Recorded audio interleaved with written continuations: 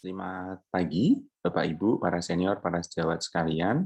Pertama-tama terima kasih pada PNG dan juga MIMS yang mengajak saya untuk berdiskusi dengan Bapak Ibu sekalian, para senior, para sejawat, pada kesempatan kali ini untuk bagaimana kita bisa mendiagnosis neuropati di dalam praktek klinik sehari-hari. Nama saya Pinson, saya sehari-hari bekerja di Yogyakarta. Jadi topik yang akan kita diskusikan pada hari ini adalah diagnosis neuropati perifer dalam praktek klinik sehari-hari. Ini kurikulum saya. Nah, kalau teman-teman cermati, memang biasanya sih kita memiliki keterbatasan waktu. Sehingga pada kesempatan kali ini, yang akan kita tekankan adalah bagaimana itu dibuat menjadi sesederhana mungkin, as simple as possible. Artinya, dalam waktu yang terbatas, dengan effort yang tidak terlalu banyak, pada sebagian besar kasus, kita sudah bisa melakukan penapisan dan diagnosis neuropati. Kenapa ini menjadi penting? Karena bila itu bisa kita temukan secara dini, maka kita akan bisa memberikan tata laksana yang optimal. Datanya menunjukkan memang neuropati itu adalah underdiagnosed dan juga undertreated. Sehingga pada kesempatan kali ini, para senior, para sejawat, ini adalah outline daripada presentasi selama kurang lebih 20 menit ke depan. Yang pertama nanti kita akan diskusi sedikit tentang definisi neuropati, yang kedua bagaimana epidemiologinya, yang ketiga adalah klasifikasinya, dan tentu yang terakhir adalah how to diagnose. Ya, jadi kita akan lebih menekankan pada how to diagnose-nya ini, supaya nanti kita bisa mendapatkan dalam waktu yang singkat, dengan usaha yang tidak terlalu banyak, kita bisa melakukan penapisan-penapisan pada kasus-kasus di mana memang neuropati itu umum terjadi. Nah, jadi per definisi neuropati perifer adalah kerusakan daripada saraf di tepi. Artinya apa? Saraf tepi itu adalah yang tidak melibatkan otak dan medula spinalis. Nah, fungsi saraf tepi itu bisa banyak. Bisa mulai dari motor, sensor, dan juga otonom. Sehingga seringkali pasien itu akan datang dengan gejala weakness, numbness, ya, gangguan sensoriknya, atau nyeri. Bisa saja mengenai saraf motor, sensor, otonom, atau ketiganya. Gejala yang muncul bisa merupakan suatu gejala positif. Gejala positif itu adalah yang harusnya tidak ada menjadi ada. Ambil contoh adalah nyeri spontan. Harusnya tidak ada nyeri spontan, tapi karena ada kerusakan saraf, maka muncullah nyeri spontan. Atau bisa juga gejala negatif, yang harusnya ada menjadi tidak ada. Ambil contoh, misalnya adalah nam atau baal, kebas. Ya, jadi harusnya terasa pegang, tapi ini tidak terasa, baal. Gitu. Nah, kalau Bapak Ibu para senior cermati, memang epidemiologinya cukup tinggi.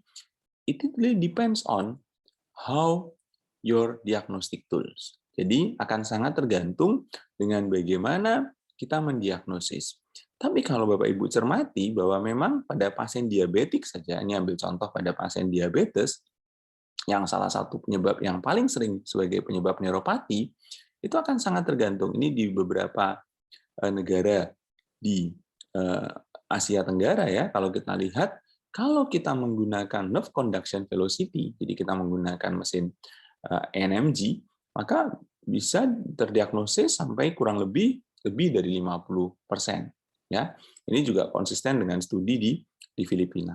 Tetapi kalau yang kita pakai itu bukanlah dengan diagnostic tools dengan NMG, tapi dengan misalnya pemeriksaan neurologi atau kemudian dengan monofilamen, maka kita akan mendapatkan angka kurang lebih sih 30-40%.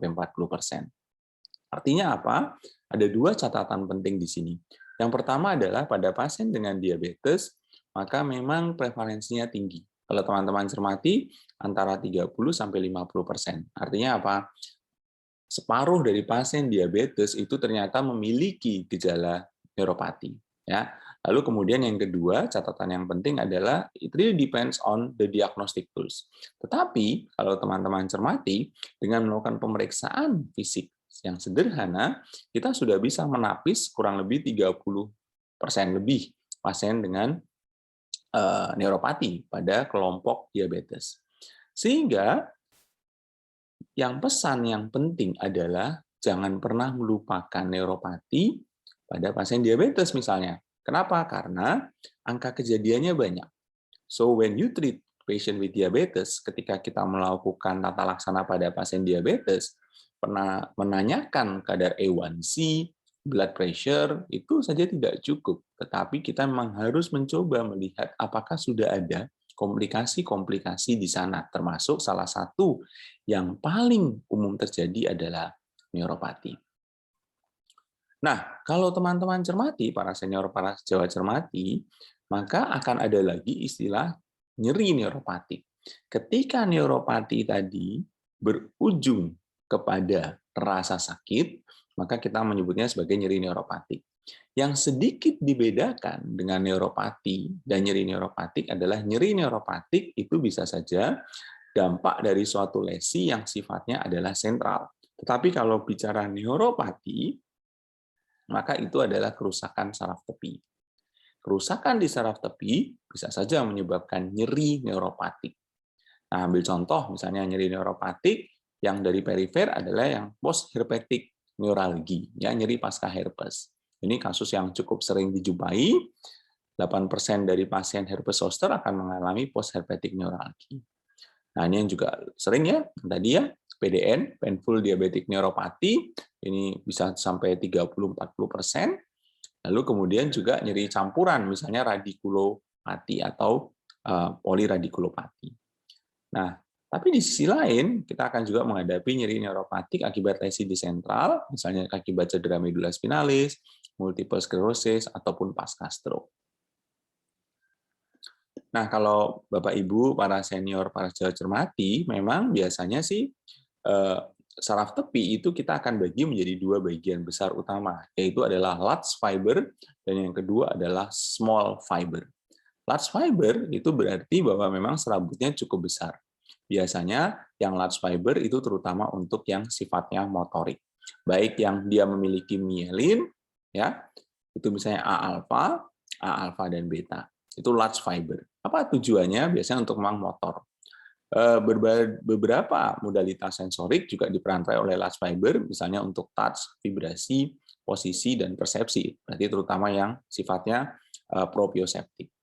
Nanti kita akan mendapatkan yang small fiber. Kalau small fiber itu terutama untuk yang sensorik. Ya, jadi yang sensorik itu terutama dengan yang small fiber.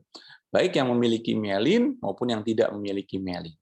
Lalu juga otonom itu biasanya adalah small fiber, yang terutama diperantarai keduanya adalah dengan serabut C fiber. Ya. Nah, kalau kita berhadapan dengan seorang pasien yang kita curigai mengalami neuropati, atau kita mencoba mendiagnosis sesuai topik kita hari ini, neuropati, maka kita harus mencoba mengklasifikasikannya. Apakah yang berdasarkan pada tipe saraf yang terkena, misalnya motor, sensor, otonom, atau campuran, ya, sensori motor misalnya, atau berdasar pada jumlahnya, mononeuropati, yang paling sering misalnya pada mononeuropati adalah entrapment neuropati atau neuropati jebakan. Ambil contoh misalnya carpal tunnel syndrome, Guyon tunnel syndrome, atau kemudian tarsal tunnel syndrome untuk nervus tibialis. Atau mengenai bukan hanya satu, tetapi beberapa atau bahkan banyak. Ambil contoh misalnya adalah polineuropati. Contoh yang paling sering adalah painful diabetic neuropati di sini. Atau kita mau sampai pada klasifikasi dengan melakukan pemeriksaan INMG misalnya, kita sudah bisa sampai pada mekanismenya. Apakah ini hanya mengenai mielin atau sampai mengenai akson. Nah, ini menjadi penting untuk nanti pertimbangan-pertimbangan pada saat kita meramalkan prognosis. Kalau ditanya, gejala yang muncul dari neuropati perifer tentu akan sangat tergantung dari saraf yang terkena. Apakah mengenai sensor, motor, atau otonom. Nah, yang sering kali miss atau dilupakan adalah yang otonom. Ambil contoh misalnya pada pasien dengan painful diabetic neuropathy ya. Ya, tapi yang otonomnya yang terkena adalah misalnya dia mengeluhkan pasien-pasien dengan neuropati tadi misalnya menemukan saya kalau makan sedikit aja langsung kenyang, sebah perutnya. Ya, diberi obat untuk mengurangi asam lambung dan sebagainya, tidak terlalu membaik. Ternyata memang itu adalah neuropati otonom di mana motilitas daripada sistem gastrointestinalnya berkurang atau yang kita sering sebut sebagai gastroparesis diabetik. Pasien-pasien juga mengatakan saya kalau habis dari duduk berdiri cepat itu pet-petan kayak goyang. Ternyata itu adalah bagian dari cardiac autonomic neuropati. Nah, jadi memang harus dilakukan pertanyaan dan juga pemeriksaan yang sedikit banyak lebih cermat. Kalau yang mengenai motor biasanya bisa sampai weakness, pada kasus yang advance yang berat. Nah, tetapi yang paling sering muncul nanti adalah yang gejala sensor. Kenapa? Kalau teman-teman Bapak Ibu para senior cermati, yang sensor itu diperantarai oleh serabut saraf yang lebih kecil, ya small fiber. Artinya apa? Small tentu akan lebih terdampak lebih awal daripada yang motor. Sehingga biasanya gejala sensor itu akan lebih dini dibanding yang gejala motornya. Ya, karena dia serabut-serabut yang bertanggung jawab itu adalah yang small. Nah, biasanya nyeri neuropatik, kalau ini bicara dengan gejala positif, deskripsinya sangat jelas. Nyerinya seperti terbakar, burning, seperti tersengat listrik, ya, kesemutan, dan juga menjadi lebih peka. Pasien-pasien mengatakan, saya kalau mau tidur, kaki saya tersentuh selimut jadi nyeri ya, jadi lebih peka terhadap sentuhan, dan juga baal. Nah, ini menjadi sesuatu yang penting untuk kita cermati. Termasuk yang juga seringkali dilupakan adalah imbalance. Jadi pasiennya mudah roboh gitu ya, diberi obat vertigo beberapa kali tidak terlalu membaik gitu. Ternyata yang terganggu adalah sistem proprioseptiknya. Jadi kalau bicara saraf tepi kita punya propiopatik dan proprioseptik. Nah, ini yang terganggu adalah yang proprioseptiknya. Jadi lebih pada keseimbangannya. Nah, Bapak Ibu, para senior, para sejawat, tibalah sekarang bagaimana sih kita mendiagnosis. Ini ada satu tulisan yang dibuat bersama-sama dari beberapa dokter di Asia Tenggara, termasuk pada waktu itu menghadirkan Profesor Malik, ya, seorang yang sangat memiliki kompetensi yang sangat baik di dalam hal untuk mendiagnosis peripheral neuropati. Beliau memiliki banyak publikasi, merupakan suatu leading expert di dunia ini. Nah, kalau kita cermati, maka pertama adalah ada simple diagnostik prosedurnya dari 5 langkah. Langkah yang pertama, begitu kita mendiagnosis peripheral neuropati, pertama adalah ini apa dulu? Akut, subakut, kronik. Ya. Kurang 12 minggu, 6-12, atau lebih 12 minggu.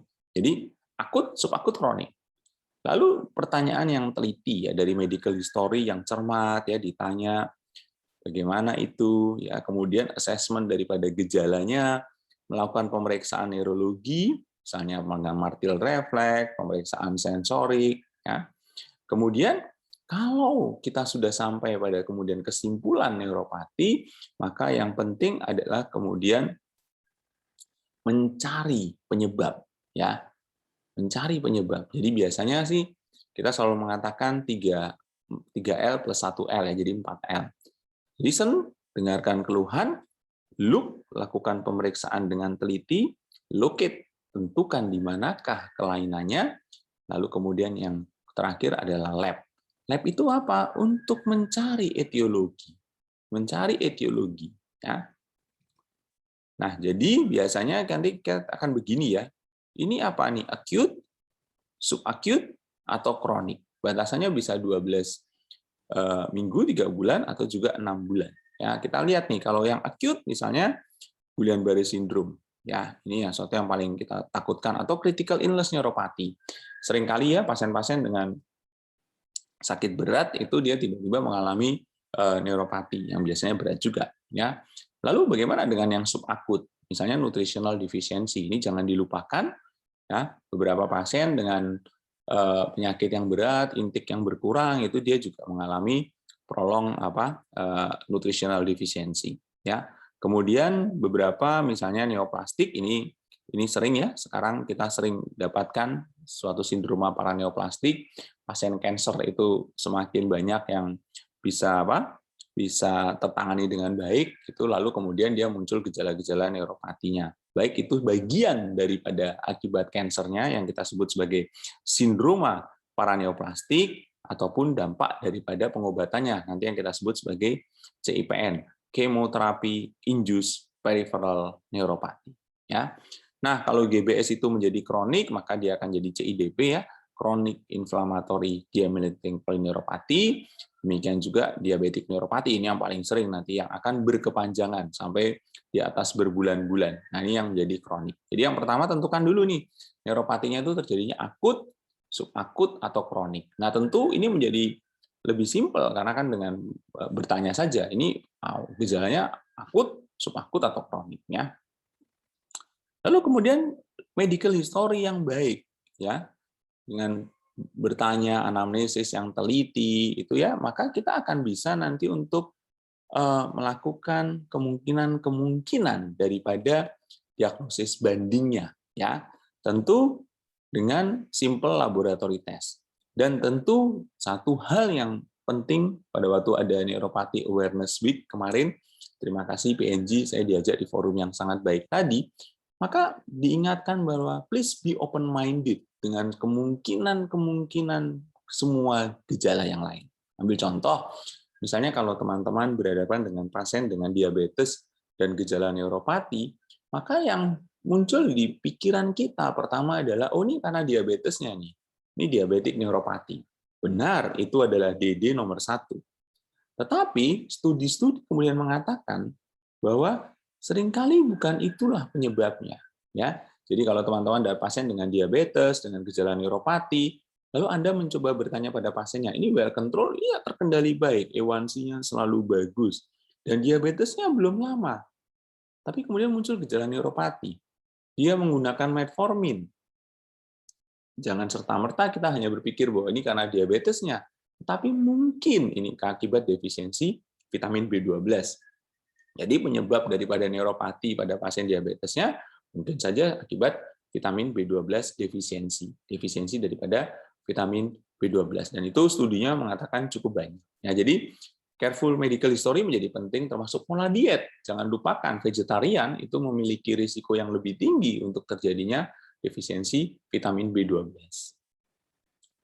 Nah, maka kita akan lihat bahwa history taking tadi ya, anamnesis akan lebih difokuskan juga pada 4 atau 5 karakteristik yang sangat mendasar dari gejala daripada peripheral neuropati. Ya, numbness seperti tertusuk-tusuk ya, kemudian rasa tingling, kesemutan, kemudian rasa seperti tercabik atau seperti tersetrum. Ya, ini jadi data-data inilah yang harus kita lebih tanyakan. Nah, ini menjadi menarik ya, karena di dalam bahasa itu istilah yang dikemukakan oleh pasien itu lintas etnik ya, lintas dengan bahasa daerah untuk mendeskripsikan nyeri itu menjadi sesuatu yang menarik dan kita harus cermati benar. Ambil contoh, kalau saya tugas di Jogja ya, di tanah Jawa itu kami untuk istilah NAM dan nyeri seperti nyeri tingling dan seperti kesemutan itu aja bisa banyak sekali ya, geringgingan, kemeranyas, mar gitu. Nah, itu yang harus kemudian kita terjemahkan, ini gejalanya gejala-gejala neuropati atau bukan. Ya. Nah, bagi para senior, para sejawat yang ada di primary care, tentu nanti memiliki keterbatasan waktu ya, sehingga pemeriksaan-pemeriksaan sederhana ya, dengan kemudian misalnya multi refleks, kemudian garpu tala ya, kemudian dengan sensorik ya, sensorik sentuh gitu, kita sudah bisa menyingkirkan kemungkinan penyebab lain. Ya, jadi make it simple, 3L, listen, dengarkan keluhan ya. Biasanya dia akan mendeskripsikan gejalanya tadi ya. Kemudian tentukan nih akut, subakut, kronik, lalu kita berpikir bahwa oh ini diagnosis bandingnya. Nah, di dalam listen kita akan mencari gejala yang positif, gejala yang harusnya tidak ada menjadi ada, misalnya nyeri spontan, nyeri seperti terbakar, seperti tersengat listrik ya. Ini juga jadi tantangan kalau ditanyakan pasiennya. Apakah nyerinya seperti kesetrum, Bapak Ibu? Waduh, dokter saya nun sewu belum pernah kesetrum gitu kan, jadi juga tantangan bagi kita. Tapi enggak lah, kita harus mendeskripsikan itu. Nah, negatif simptom sesuatu yang harusnya ada menjadi tidak ada, misalnya NAM ya, Baal. Lalu kemudian look, lakukan pemeriksaan yang teliti ya. Ada nggak kulit yang kering? Ada nggak refleks yang menghilang? Ada nggak misalnya rambut yang hilang? Misalnya pada pasien-pasien diabetik itu rambut kakinya biasanya juga hilang akibat dari autonomic neuropati. Lalu locate, tentukan di manakah kelainannya. Lalu lab ya, menyingkirkan kemungkinan-kemungkinan diagnosis tadi dan lalu menegakkan diagnosis kausa dari hasil-hasil pemeriksaan laboratorium penunjang juga. Nah, jadi simptomnya bisa gejala positif, gejala negatif ya, bisa juga sangat peka, rangsang yang bukan sakit menjadi sakit, lalu dunia, atau rangsang sakit ringan menjadi rangsang sakit yang sangat berat ya. Jadi ini biasanya yang tipikal ya, yang tipikal adalah yang length dependent. Artinya apa? Yang ujung-ujung itu menjadi lebih berat. Nah, ini biasanya disampaikan sebagai glove and stocking, seperti orang pakai kaos kaki dan pakai sarung tangan ya, glove and stocking. Glove and stocking. Nah, ini tipikal ya. Tapi bisa juga gambarannya seperti ini, hanya di sini ini misalnya yang kena adalah nervus ulnaris ya. Atau di sini kayak radikulopati, terutama di L5S1 gitu ya, atau nemblok-nemblok saja, nemblok-nemblok itu apa namanya terpencar-pencar, atau dermatomal misalnya pada kasus dengan herpetik neuropati, neuralgia. Nah, ini berbagai screening yang ada ya, kalau para senior, para sejawat cermati, maka coba dilihat sebagian besar dari screening ini hanya berdasarkan pada simptom. Artinya apa? Kita melakukan screening tadi berbasis pada laporan pasien. Adakah nyeri seperti tingling, kesemutan, seperti ditusuk-tusuk jarum, rasanya seperti kesetrum, rasanya panas atau terbakar, ada baal atau enggak. Ambil contoh misalnya ID PIN, itu 2 di antara 5 pertanyaan, langsung kita beri skor bahwa oh ini ada gejala atau ada kecurigaan suatu neuropati. Tidak membutuhkan waktu yang banyak, tetapi dengan lebih teliti mendengarkan keluhan pasien, itu menjadi diagnosis atau screening yang akan sangat baik dalam praktek kita. Kenapa? Ketika ditemukan awal, diberi tata laksana awal, maka hasil daripada neuropatinya juga akan lebih baik. Kemudian pemeriksaannya, nah ini pemeriksaan juga simpel ya, dengan brush sikat kecil itu ada di balik martil refleks itu ada ya, kita melakukan alodinia, ada enggak, lalu kemudian gangguan daripada ambang batas dengan tusukan jarum ringan, itu bisa menjadi diagnostic tools yang sangat baik buat kita. Nah, lalu kemudian dicoba dilihat, nanti bisa sesuatu itu large fiber. Large fiber itu berarti ada sudah keterlibatan daripada motornya, ya. Tapi bisa juga small fiber. Kalau large fiber ini maka sign-nya juga jelas ya, simptom and sign-nya itu jelas. Tapi kalau yang small fiber itu simptomnya itu lebih nemen. Simptomnya itu lebih dilaporkannya lebih wah gitu. Sementara pemeriksaannya masih sangat baik. Kenapa? Karena tadi sebagian besar misalnya refleks, kekuatan itu diperantarai oleh large fiber ya.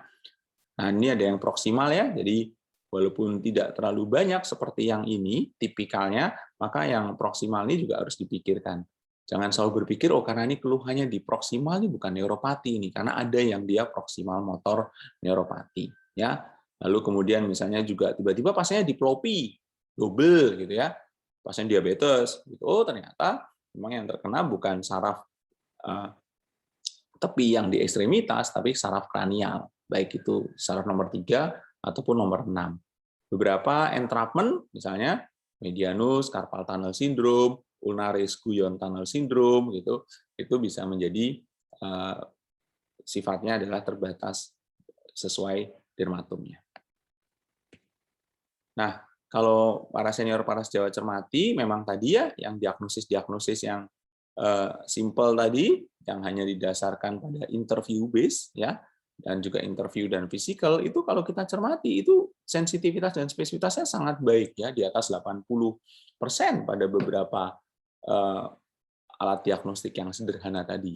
Jadi hanya based on interview, numb, tingling, pinprick, burning, electric shock. Ya, jadi dengan menanyakan apakah rasanya seperti terbakar, seperti kesetrum, seperti ditusuk-tusuk, adakah rasa kesemutan, adakah rasa baal, kita sudah bisa menapiskan sekitar 80%.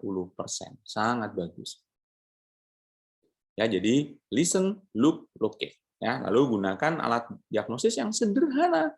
Martil refleks di ujungnya, ini ada monofilamen ya, ini juga sangat bagus untuk bisa mendiagnosis. Nah, ini ambil contoh misalnya kita juga setelah mencoba menapis maka memastikan severity, ini juga penting ya. Jadi ada enggak? Nah, kalau sudah ada nanti ini ringan, sedang atau berat ya. Nah, nanti bisa diberi skor. Dengan Garputala misalnya, oh terganggu ya atau tidak ada, maka dikasih skor 1. Dengan temperatur itu ya dikasih skor 1. Misalnya kalau terganggu juga. Pinprick 1, ankle reflex hilang gitu ya 2. Nanti kita akan punya scoring nih. Nah, kalau ini semuanya skornya 000, maka mungkin dia bukan neuropati. Tapi kalau ada, maka kita bisa nanti mendeskripsikan ini ringan, sedang, dan berat. Nah, ini menjadi penting untuk prognosis. Nah, jadi ini ada satu misalnya khusus pada pasien painful diabetic neuropati ya. Ini apa? Dan juga diabetik yang lain, maka teman-teman harus lihat dulu tipikal simptomnya. Tipikal simptomnya. Distal, simetrik, sensori motor. Ya, jadi lebih kepada distal, bagian ujung-ujung, ya simetris. Nah, kalau dia tidak simetris, bisa saja ini suatu entrapment atau mungkin bukan neuropati. Ya, tapi kalau dia distal, simetrik dan mengenai sensori motor, maka yang penting adalah tadi ya apa gejalanya. Ya, numb, burning, tingling, kemudian electric shock, ya, kemudian pinprick sensation dan numb. Ada nggak kemungkinan lain yang bisa menyingkirkan daripada neuropati? Lalu melakukan pemeriksaan sederhana, dan kalau teman-teman lihat ini sangat simpel ya, martil refleks, monogram 10 gram monofilamen, atau juga Garputala. Lalu kemudian kita sampailah pada possible atau probable diagnosis. Ini sudah sangat baik. Kenapa? Kita bisa menapiskan. Kalau mau lebih definit, misalnya ya gunakan pemeriksaan misalnya elektroneuromeografi (ENMG) untuk yang tadi LUTS ya atau biopsi. Tapi biasanya ini lebih pada untuk yang di research pada pemeriksaan klinik, ya ini saja sudah sangat cukup. Nah, lalu kemudian kalau sudah, maka lab ya. Listen, look, locate, lab ya. Maka untuk mendiagnosis atau kemudian menyingkirkan kemungkinan penyebab diagnosis lain, beberapa pemeriksaan yang sering, yang paling penting adalah ya begitu ada pasien dengan gejala neuropati, pikirkan ini ya. Kenapa? Karena gula darah itu merupakan, atau diabetes maaf, merupakan penyebab utama daripada neuropati. Jadi singkirkan dulu dengan memeriksa pertama misalnya glukos, A1C ya, atau kalau teman-teman nggak yakin bisa saja sampai tes toleransi glukosa. Nah, kalau dia memiliki kemampuan ya karena ini pemeriksaannya cukup mahal, maka bisa saja dengan vitamin B12. Ini juga penting ya. Kenapa? Karena memang kasusnya tinggi. Defisiensi vitamin B12 itu tinggi. Kami punya studi pada pasien dengan CKD misalnya more than 80%, lebih dari 80% itu mengalami vitamin B12 defisiensi yang ditunjukkan dengan kadar homocysteine yang sangat tinggi ya. Kemudian juga fungsi tiroid ya, ureum neuropatik itu juga sering ya pada pasien-pasien dengan CKD. Lalu kemudian hati-hati, kita ada sekarang di misalnya era di mana kasus HIV itu sangat banyak ya. Kemudian HIV neuropati yang terkait dengan HIV, kemudian tumor, baik itu sebagai sindroma paraneoplastik ataupun dampak dari CIPN, misalnya kemoterapi induced peripheral neuropatinya. Ini menjadi tes-tes yang kita kerjakan untuk tadi ya menyingkirkan penyebab lain dan juga menegakkan diagnosis pasti daripada etiologinya. Nah, kalau dicari penyebabnya maka kita akan sampai pada singkatan vitamin C dan D ya, vaskulitis, infeksi, trauma, autoimun, metabolik, intoksikasi itu misalnya akibat beberapa obat ya. Ambil contoh obat-obat TB misalnya atau obat-obat kemoterapi, neoplasma, kongenital, defisiensi, atau degenerasi. Nah, yang jangan dilupakan adalah defisiensi. Ya, seringkali itu kita berpikir bahwa ini penyebabnya apa? Ternyata memang simple, defisiensi. Nah, kalau defisiensi, maka suplementasi menjadi salah satu pilihan yang bijak. Ya, jadi ini para senior, para sejawat, ini adalah jembatan keledainya vitamin C, D. Lalu kemudian kalau kita lihat ya, find the cause. Ini menjadi penting, kenapa? If the cause can be treated, itu menjadi lebih baik. Jadi kalau kausanya itu ada, maka jelas ditemukan, maka adalah treat the cause. Jadi tata laksana neuropati itu 3 hal yang utama ya. Treat the cause. Kalau kausanya bisa dicari, ya kausanya ketemu. Beberapa tuh kausanya nggak ketemu ya. Lalu kemudian treat the symptom. Apa sih gejala yang mendasarkan dia datang pada kita? Most of them datang dengan keluhan nyeri atau numb. Nah, itu treat the symptom. Lalu yang satu lagi adalah treat kerusakannya tadi. Artinya apa? Selain simptomnya, maka kita harus bisa memperbaiki daripada nerve-nya.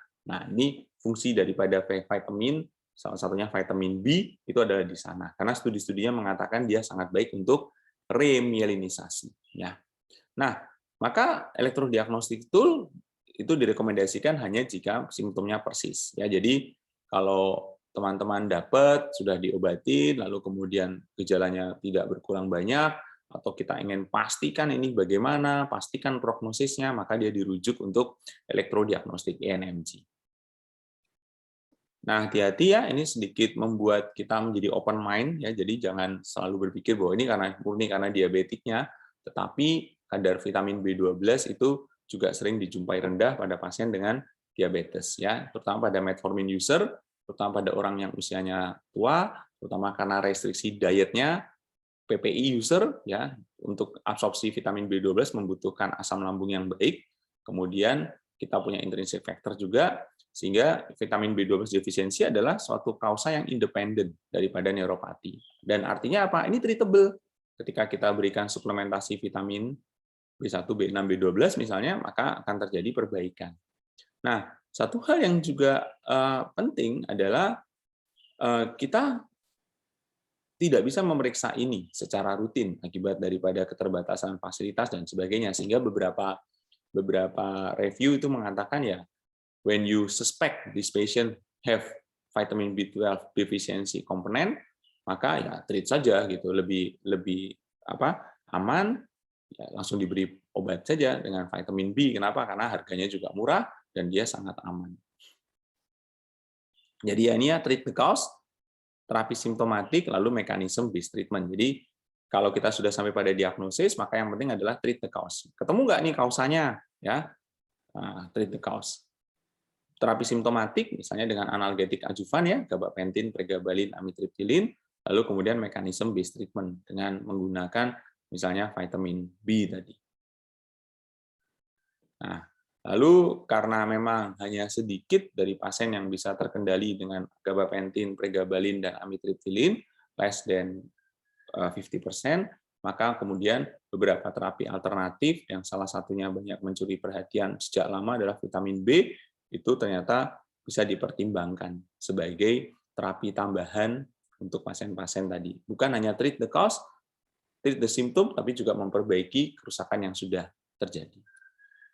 Ya, jadi kalau bicara tentang vitamin B, maka vitamin B1, B6, B12 itu memiliki efek yang sifatnya sinergistik. Nah, ini menjadi penting ya, karena mereka bekerja sama untuk memberikan perbaikan yang lebih baik daripada kalau hanya diberikan sendiri-sendiri. Nah, ini efek yang kita sebut sebagai efek sinergistik.